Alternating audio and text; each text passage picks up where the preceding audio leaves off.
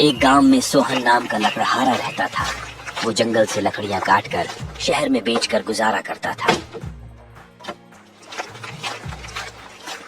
जब वो शहर में लकड़ियां बेच रहा था तब उसकी नजर एक कुम्हार की दुकान पर पड़ी। वहां दो प्यारे से घड़े रखे हुए थे।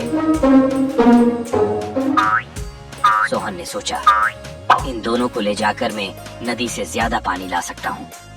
ऐसा सोचकर सोहन दोनों घड़े ले आया। फिर अगले दिन सोहन ने दोनों घड़ों को रस्सी की सहायता से एक डंडे से बांध दिया और नदी के किनारे पानी लेने चला गया। सोहन ने नदी से पानी भरा और अपने घर आ गया।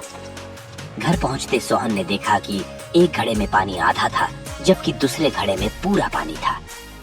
ये देखकर सोहन समझ गया कि एक घड़ा फूटा है। सोहन ने दोनों घड़ों का पानी एक बड़े बर्तन में डाल दिया।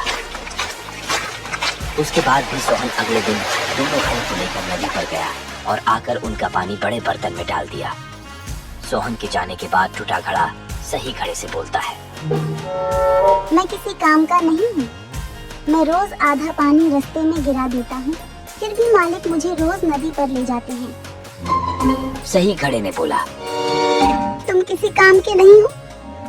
अगले दिन सोहन जब नदी पर जाने के लिए घड़े लेने लगा तो फूटा घड़ा सोहन से बोला, मालिक, मैं किसी काम का नहीं हूँ, फिर भी आप मुझे लेकर जाते हो। मैं आपकी मेहनत को खराब कर रहा हूँ, इसलिए मालिक मुझे यहीं छोड़ दो। सोहन फूटे घड़े से बोलता है, तुम अपने आप को बेकार मत समझो।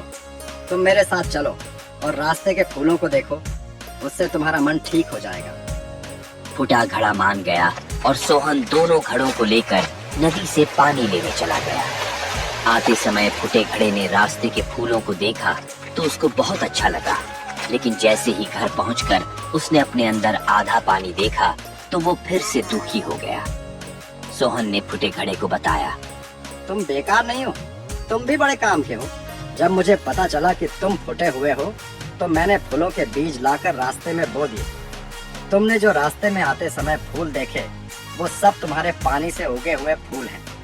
उसके साथ तुम्हारी वजह से मुझे फायदा भी हो रहा है, क्योंकि उन रास्ते के फूलों को बाजार में ले जाकर बेच देता हूँ, जिससे मुझे उनकी अच्छी कीमत भी मिल जाती है। ये बात सुनकर टूटे घड़े को महसूस हुआ कि मैं बेकार नहीं हूँ, मेरा भी कुछ लाभ है। इससे हमें यह सीख मिलती है कि कोई भी चीज बेकार नहीं होती, हमें उसकी अच्छाइयों को ढूंढकर निखारना चाहिए।